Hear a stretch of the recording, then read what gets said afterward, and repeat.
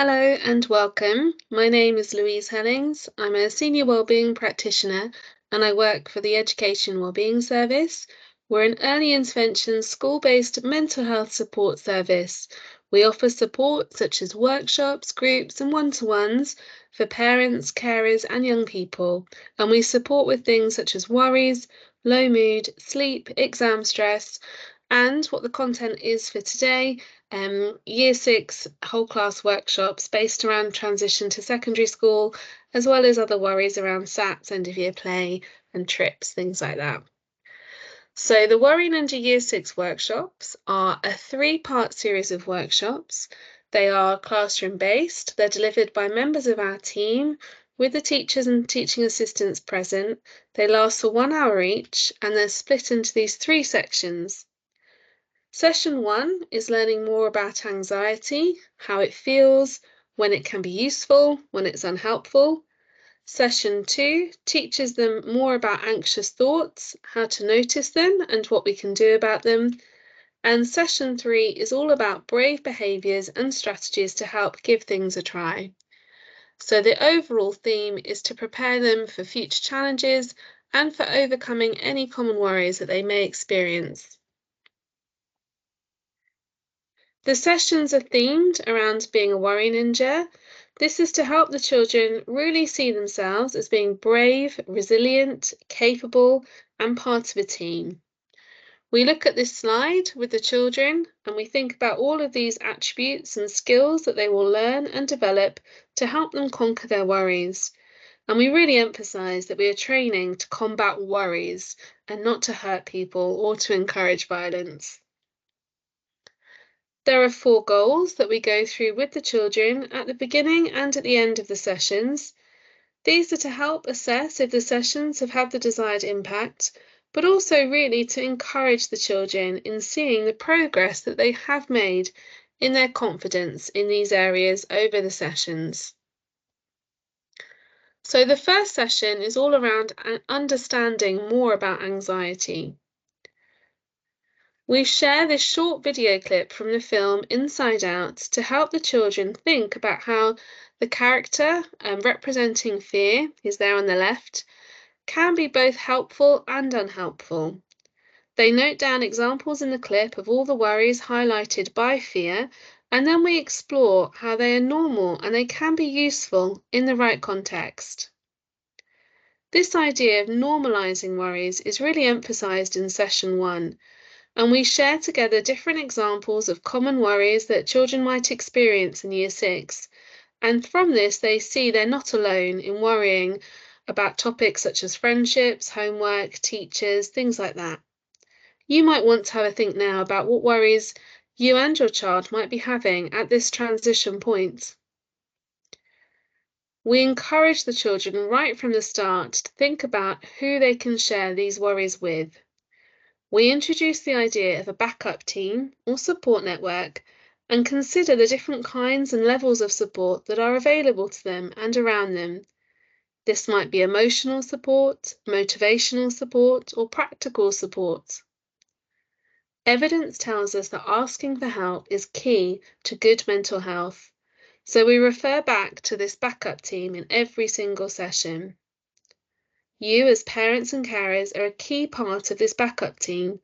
But you might also want to explore with your child what other safe options they have in their lives, who they can talk to about their worries. We move on to explain to the children more about anxiety, and we introduce the fight, flight, freeze response to them. One of the ways that we do this is through this short video that is available on YouTube as a start to introduce the concept. So let's have a look at it now together. You know that scared or nervous feeling you get when you have to do something you're not sure you can do? Or go somewhere you've never been before? That feeling is called anxiety. And it can feel a bit different for each person, but it usually doesn't feel very nice.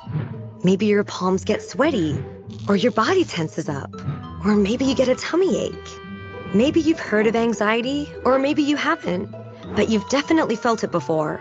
Because everyone feels it sometimes. It's normal. You want to know something really weird about anxiety? It's actually trying to help you. It's true. All those uncomfortable feelings, those happen because your brain thinks you're in danger, and it wants to protect you. When our muscles tense up and we sweat, it gets us ready to do a lot of exercise, which is helpful if you need to jump out of the way of a runaway train or wrestle a wolverine. Sometimes our minds go blank and we feel like we can't move or talk. That would be great if we needed to hide. Instead, we just feel stuck.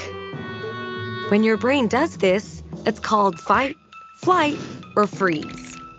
The problem is, sometimes your brain gets confused and it can't tell the difference between a charging moose and, say, going to a new school. Both things can be scary and cause anxiety. But there aren't any dangerous wild animals at a new school. Hopefully.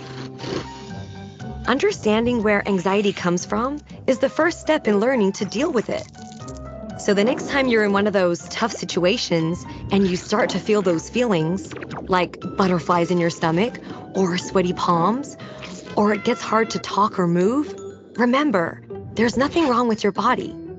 You're just having normal feelings of anxiety, and they're actually trying to help, even if they're not very good at it sometimes.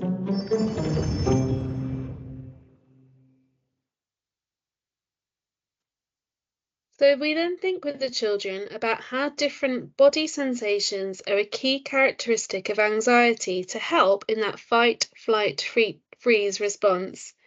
We explore these body symptoms and explain some of the reasons why our body is doing this. For example, one is the heart beating fast. This is because blood is being pumped around the body to fuel the muscles that are needed for action. We then use some breathing and relaxation strategies with the children to help with these body sensations. We'll move on to that later on in this webinar. What can we do as parents and carers? Helping our children understand that worries and fear are totally normal and useful without reassuring them or helping them avoid situations is really at the heart of it. And we'll talk more about this in detail in the next section. So, session 2 is working with our anxious thoughts. Anxious thinking styles are characterized by overestimating the chance of danger and underestimating your ability to cope. We introduce the children to a simple anxiety cycle. We think about the example of the first day at secondary school and how thoughts in this situation are very powerful and they can activate that fight, flight, freeze response. And these unhelpful thoughts could lead to avoidance, and we could get trapped into this cycle. So, for example, the unhelpful thought on your first day of, I won't know anyone, so I'll be alone, and I won't be able to make any friends, might lead you to have anxious feelings and body sensations of a headache and a stomach ache, which then might leave you to have those avoidant behaviours of not wanting to go to school. However, we are worry ninjas, so we're learning that if we can change our thoughts, we can sometimes change the way we feel or behave. So, for example, instead of, I won't know anyone, I'll be alone and I won't be able to make any friends, we introduce them to the idea of this helpful thought. I'll be able to make new friends when I go to secondary school, and the impact that this helpful thought can have on our feelings. We might be excited, we might still be nervous, there might be mixed emotions, we might still experience some body sensations such as butterflies, but we can change that avoidant behaviour into one of going into school and being more able to start conversations with people. As parents and carers, it is useful for us to know that before we can find a more helpful thought or tune into those more positive thoughts, we need to make sure we are validating those worries, what we hear, and the emotion behind the thoughts. You might notice the behaviour before noticing the emotion. Your child might be more withdrawn or more irritable. They might be already avoiding certain situations. their eating or sleeping habits might have changed. If you do notice these changes, see what happens when you gently ask some questions. So, for example, I notice you seem more cross than usual, particularly after someone mentioned secondary school. Do you want to talk more about that? Or, if I was thinking about starting a new school, I might be worried about making friends. Is that something on your mind? Or, I can see why you might be a bit scared if you think you won't know anyone at your new school. It's about asking questions, scaffolding thinking, such as using your best guess, and always validating and attending to that emotion behind their actions.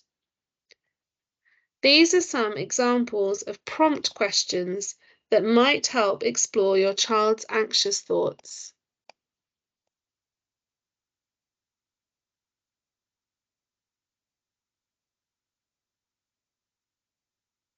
We help the children become ninja thinkers by using something called thought balancing. We identify what the anxious thought or worry is, and then we use questions to help balance it out to become a more helpful thought. So, for example, if the worry or unhelpful thought is, I might get lost in my new school, we might ask some questions such as, what have you done in the past when you were lost? What would you tell a friend to do if they got lost? And then reframe it into a more helpful thought, such as, I probably won't get lost, and even if I won't find my way around, I'll be able to ask for help. Another example might be, crowds frighten me. I'm going to forget my lines and freeze. So we might ask some questions around, what other experience have you had in performing or speaking in front of people? What might you say to a friend who is feeling nervous? And then be able to reframe that into, it might be scary at first, but I'll get used to it once it starts. I enjoyed performing in the play last year. We go through lots of examples of thought balancing with the children in the sessions and use these prompt questions to really help them to balance out those thoughts. Another strategy we use is positive coping statements. These can really encourage us during difficult times. The children enjoy thinking of lots of different positive statements. We go through lots of examples in the session, and then they choose their favourite and they write that down in their booklets that they can then take away with them and have as a useful coping strategy. The third session is all about building brave behaviours. If your child is worried, it can be really tempting to let them avoid the situation, as we saw in that anxiety cycle. However, if we do that, they're not having that learning opportunity that they would have been fine. They won't learn that they can cope with challenges, and they'll miss out on things now and in the future. And as we saw in that cycle, avoidance can help keep anxiety going. We talk with the children about brave behaviours. We think back with them to that anxiety cycle, and we looked at the way our thoughts and feelings impact our behaviour.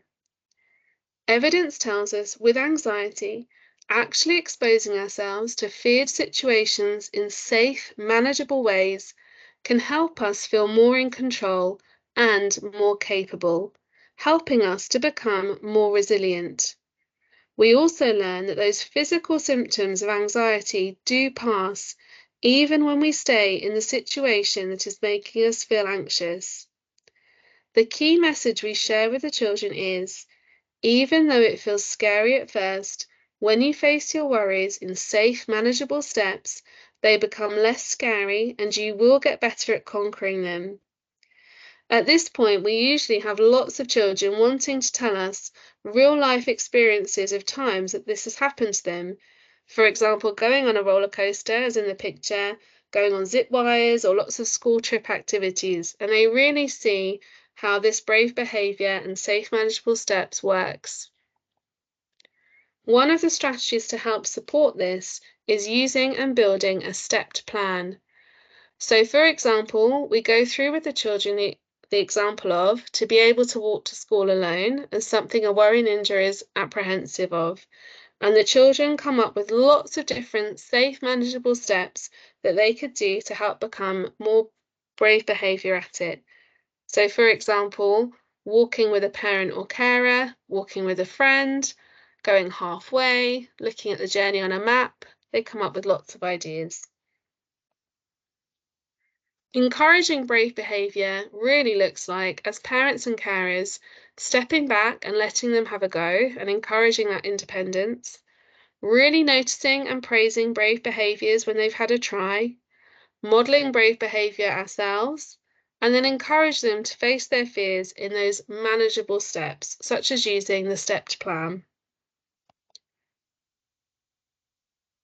It's really important to try and cut out what we call rescue behaviours. So, for example, those are telling your children that everything will be okay, like reassurance, or stepping in too early to help them. This is because it can lead children to thinking there is something to be worried about, and they can become reliant on that reassurance. So, for example, they won't even have a try at something new until they've checked with an adult and they've said it's okay. They're not learning to manage those worries on their own, and they're not understanding and learning that value of perseverance and problem solving.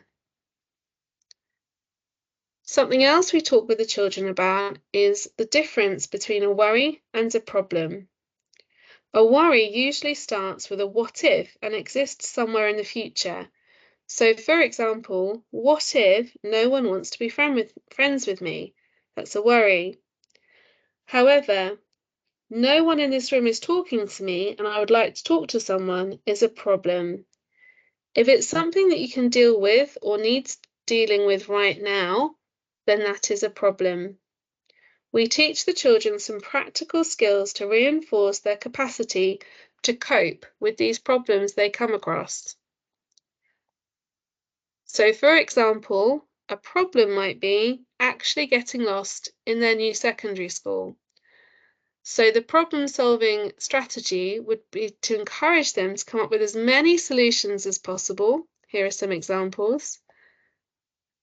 To think about the pros and cons of each solution, which we do together, and then to think about rating them out of 10 as to how good they think that solution is. And whatever is the highest rated for them, and they do differ to us, you would then go for that solution. This also shows the children that if they do come across a problem, there are always lots of options open to them. So if that solution isn't successful, then they could go to the next one down.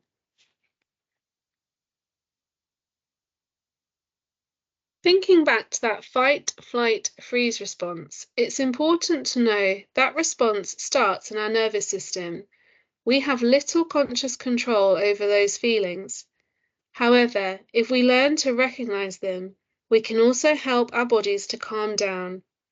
Exercises that focus our minds in the present moment can really help to lower our physical sense that we are under threat. If we concentrate on our senses or our bodies, we can create a sense of safety that allows us to think more wisely about our next choice. You might want to consider ways that you self-regulate yourself and any ways that you can model together with your child. We give the children lots of ideas in sessions, so you might have already heard of the following ideas from them. We talk with them about breathing strategies. There is the examples here of the hand breathing and the box breathing. They might also have mentioned candle breathing or hot chocolate breathing. Both ways just help to control that breathing for them. We also introduce the children to some distraction techniques, also known as grounding techniques. And there are two examples here. And finally, we think about muscle relaxation techniques with the children and go through some examples in class. And they can also think about their positive coping statements as a useful tool. We encourage the children to practice these strategies when they are calm, so they have them in their toolbox ready for when they are actually needed. Be interested in these Worry Ninja sessions with your children. Ask them about them and look at the booklet together that has some of these key strategies listed. Practice some of the ideas at home together. If you have further concerns over worries in your child, there is this recommended book, Helping Your Child with Fears and Worries by Kathy Creswell and Lucy Willett, which is written as a self-help guide for parents. And if you have further concerns about how your child is going to cope with this transition to secondary school, please do let your child's school know.